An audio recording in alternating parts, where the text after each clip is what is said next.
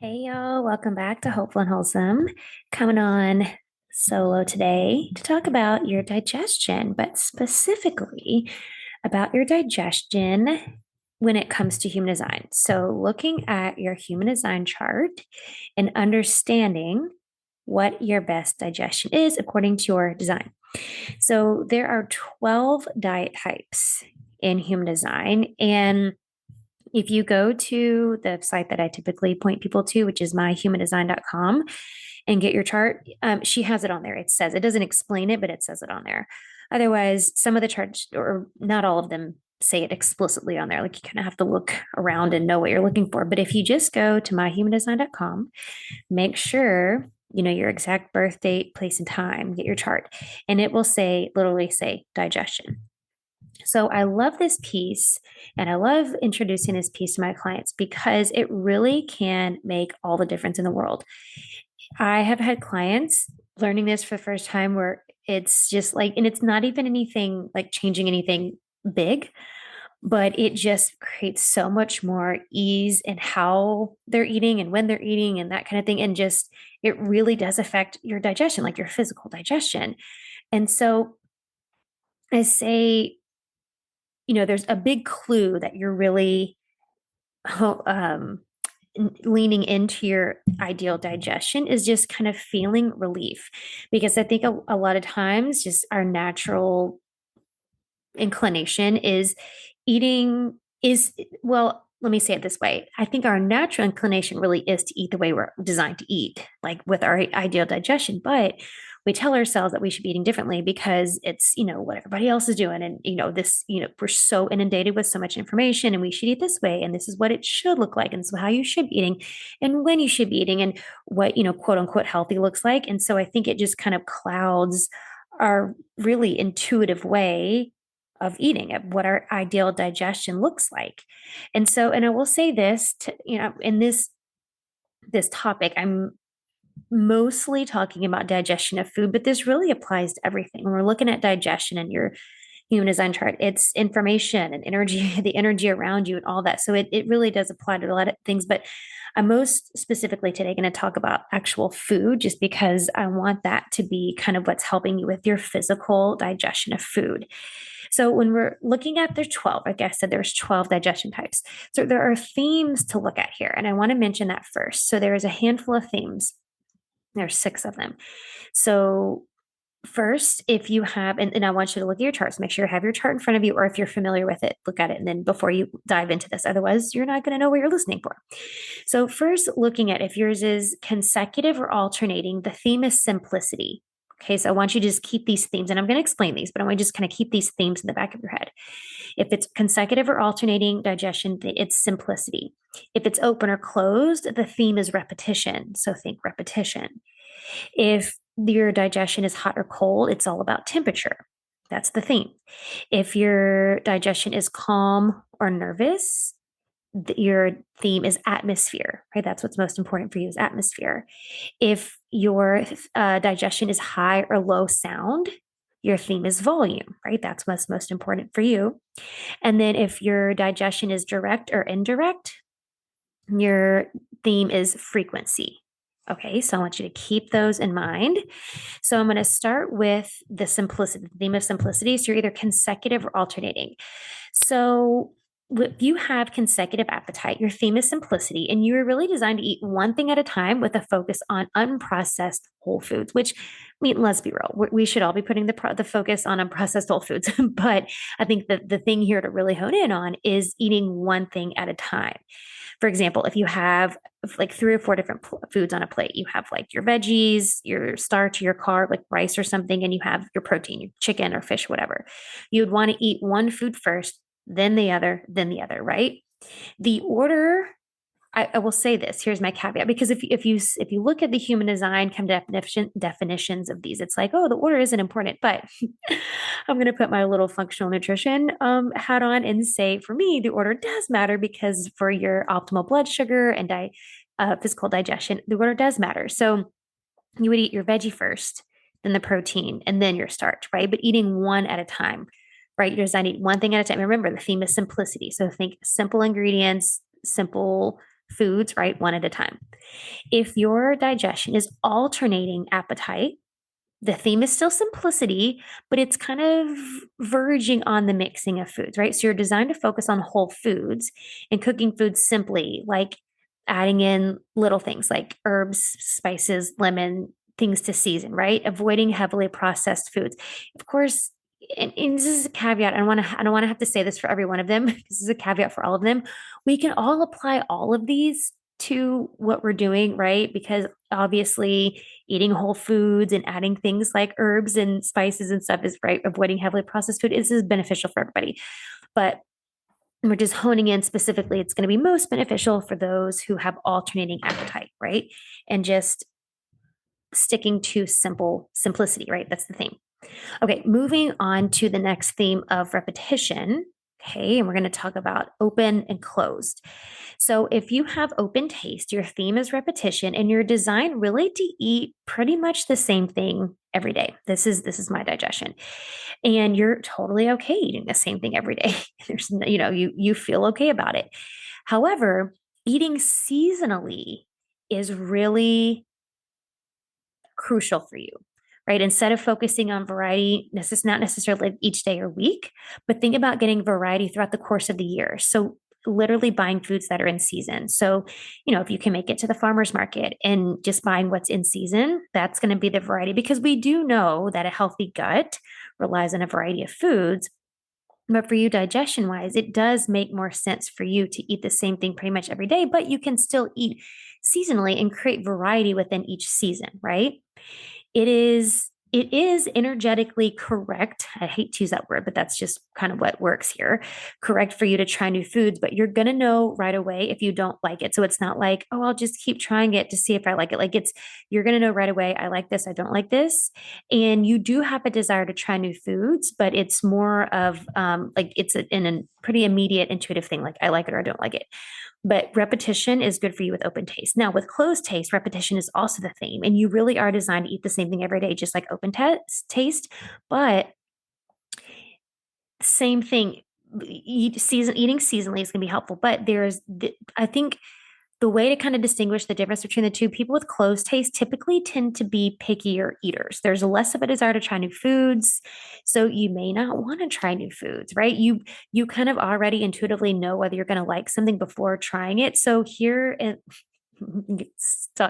put a little caveat in here. Here lies a little conundrum for those of us with kids. And I will say, what I've said before, it really does make a huge difference to know your kids' human design. Like it'll change things. So I say this because sometimes, you have the picky eaters that are kids, and all kids are, I don't want to say all, 99% of kids are picky at some point, right? They go through a period, and for some people it lasts longer than others, that picky phase. But for some, if you have a kid with closed taste, it may not be so much that they're picky just for the sake of being picky, like they're just trying to be difficult, but it's like they already know intuitively whether they're going to like it or not, right? They don't have the desire, the drive to really try it, because they're like, well, I know I like this, and I'm intuitively, there's more of intuitive knowing that I already know I'm going to like it, but I don't need to try it, right? And they do eat the same thing every day, and they're okay eating the same thing every day.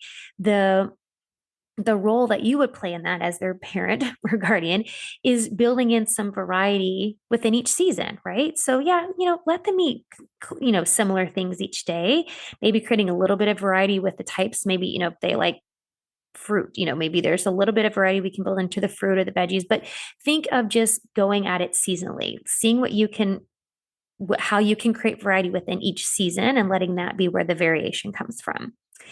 Okay, moving on to the next one, which is hot or cold. So looking at the theme of temperature.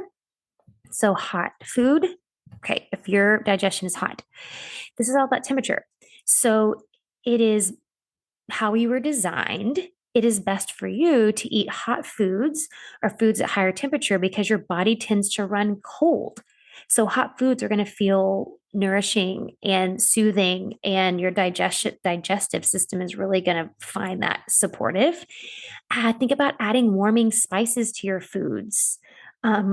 Teas with warm flavors in them, right? Those warm, spicy flavors, that's going to be really nourishing for you. If you eat something cold like a smoothie, then allow it to warm up a little before drinking it. So try to avoid drinking like super cold ice water, super cold things like things like frozen foods and frozen desserts like may not be as nourishing to you. It may not agree with your digestive system. So if you can, not saying you can't ever eat those things, but right, the majority of your food is you're gonna want it to be hot temperatures, higher temperatures. For cold, and yes, it's going to be exactly the opposite. So our theme is still temperature. And how you were energetically designed is eat cold foods or foods at cooler temperatures because your body tends to run hot. So this is going to be more nourishing, more fulfilling, more satisfying for you to eat cold foods. So here, if you are eating something hot, allow it to cool a bit before you try not to eat, piping hot food. Let it cool off. Your coffee, your tea, your soups, right? Things that are typically pretty hot, allow it to cool off so that your digestive system can be a little bit more um I'm going to say submissive, but that's not the right word in this, but it'll just agree a little bit more with your digestive system, allowing it to cool off. And think of raw fruits and veggies can be good, right? Just cold things that are cold to like temperature wise. So moving on to the next theme of atmosphere. So first, we'll start with the calm atmosphere. Some might say quiet. It depends, like where you're looking at your chart, but calm, quiet, all the synonyms for that. So we're looking at atmosphere. So atmosphere, if you have a calm or buzzing atmosphere, you're all about the atmosphere, right? For digestion, calm or buzzing, yeah, you're all about the kind of environment that you're in, right? So if you have calm, it is the way you're designed. It is really energetically okay for you to avoid talking while you're eating. Your optimal digestion really requires a peaceful, quiet, chill environment. So, a quiet setting, not a lot of conversation, that's really going to be best for your digestion. If you're meeting people out for dinner, maybe consider eating a little something before you go and maybe order something light at dinner, like like an appetizer or a salad or something, so that the majority of your digestion is done in that quiet setting, unless you're going to like maybe a quiet restaurant or something. But a noisy, loud atmosphere really is going to impact how you are digesting food. And I think these two are more easily kind of transferable to information as well, right? Think about if you're studying or working on something, taking in information, the calm atmosphere is going to be really more supportive for your energy. And then looking at buzzing atmosphere, it's going to be exactly the opposite, right? So for you are going to be your digestion is going to thrive more in an environment that's more lively, more stimulating, right? Maybe you like eating on the move, maybe you like eating standing up, and this goes against a lot of the things we were taught, right? We were taught, don't eat on the run, it's not good for you. But for you, with the buzzing atmosphere, actually can be supportive for you and your digestion. And it could be something too where you like eat a little bit here, go do something, and then finish it later, right? You're kind of eating sporadically, kind of doing things intermittently, um, disregarding any of the external information that we've been given that says it's more healthy to eat in quiet, right? You are designed to eat while you're working or talking or watching TV or listening to music, or you've got something going on in the background, right? You got things happening. You like the buzzing atmosphere. Okay. Moving on to sound. I think for me, these they kind of relate to the ones we just talked about with atmosphere, but it is about the actual volume and not so much like the environment. So for high sound, the theme is volume, and you are designed to eat with the stimulation of sound because your brain works well with stimulation, right? So things like music in the background, um, the TV's on while you're eating, right? Like I just mentioned the buzzing atmosphere, people talking, right? This is that the sound feels good to you and revs you up. Maybe you have a playlist for meal times that you play. And it's funny because this is my son is high sound, that's his digestion. And so, we have, I won't say all the time, but most of the time, there's like the TV's on in the background or there's music on. We have a little like Bluetooth speaker in the kitchen, like there's something going on, but it really does. And I'm telling you, I could totally tell the difference between if we're sitting, like if we're at somebody's house and we're eating in, complete silence, it's really hard for him to stay focused and like, hey, you need to sit down and eat, right? The high sound really does.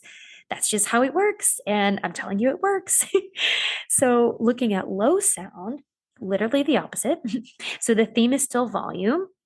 but you're designed to eat with minimal stimulations from sounds in your environment. So it is similar to that calm atmosphere that I talked about, but you really like the quiet stillness, right? So you can figure out what works best for you, right? Maybe you like music that's playing at a low volume in the background. Maybe you like white noise or like binaural beats or something. Maybe it's complete silence, but low sound is what agrees with your digestion. That's how you're going to best digest food. So, loud, noisy restaurants and bars are not going to be the best place for you to eat and digest. Just know like your digestion isn't going to work as optimally if you're in that kind of space, right? So, moving on to these last two, the last two are with the theme of frequency.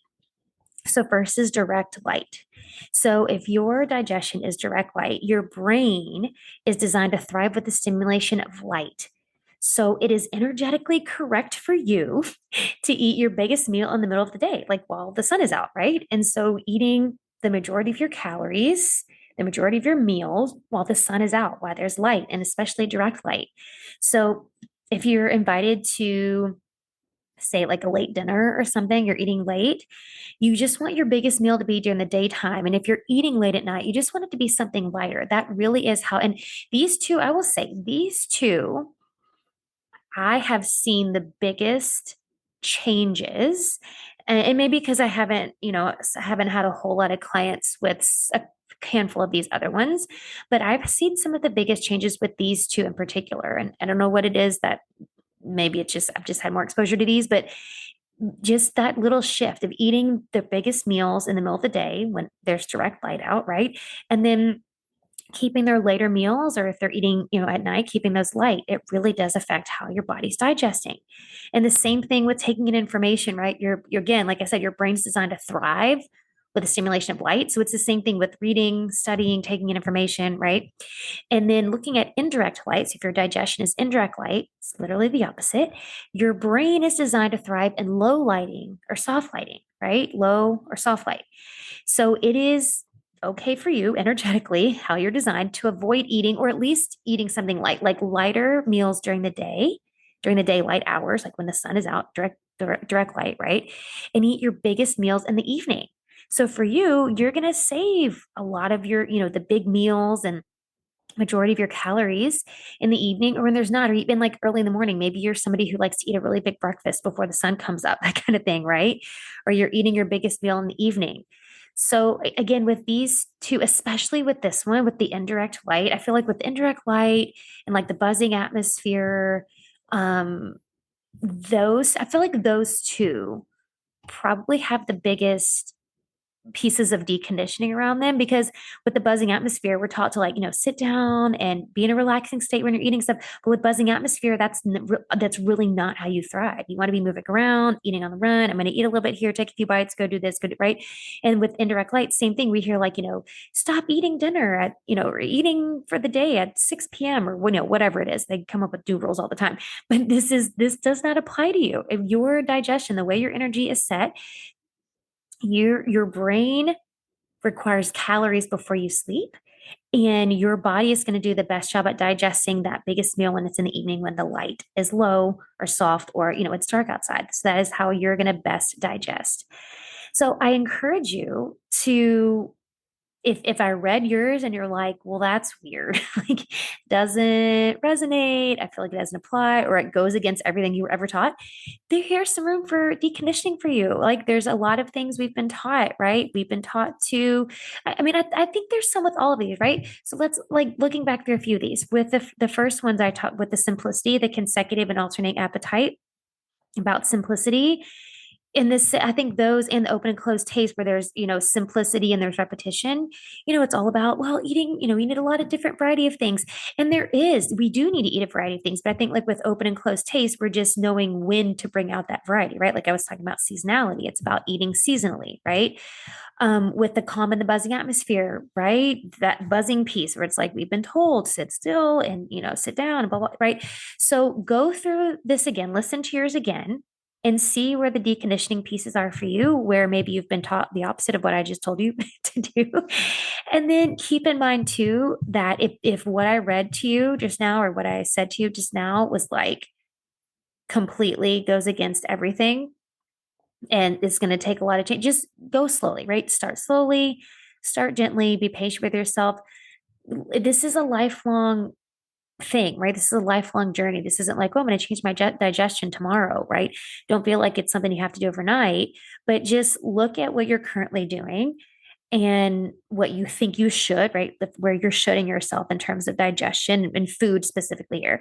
And then what are little things we can change starting out, right? How can you just kind of slowly, carefully lean into this digestion piece or digestion type without feeling like, well, crap, I got to rethink everything, right? Slowly, steadily, be gentle, be patient. But I do encourage you to make the changes and start making the changes. This can greatly impact you. I did a podcast interview a couple weeks ago with the gal, and that was the biggest thing for her. She dealt with a lot of digestive issues for a long time. And when she learned about her digestion with a girl she worked with human design, it changed her life, like just that piece alone. I think that was one of the first things she changed when she started learning about her human design was her digestion. And we talked about it for a long time. And she was like, I can't tell you like that was the piece that impacted her the most was the digestive piece. So even if you don't struggle with digestive issues, it really can impact your energy and just overall kind of your energetic output, right? Because your energy is being put in the correct place at the correct time, right? Because you're not digesting food when you aren't designed to do that optimally. You know what I mean? So dive into this, take some notes again, listen to it again, and hone in on this digestive piece for you. I would love to hear how this resonates with you. If this like threw you for a loop, or if you're like, oh yeah, this makes sense. I'd love to hear your thoughts. Share with me on the Instagram or wherever we are connected. And I hope this was helpful. And I will see y'all next time.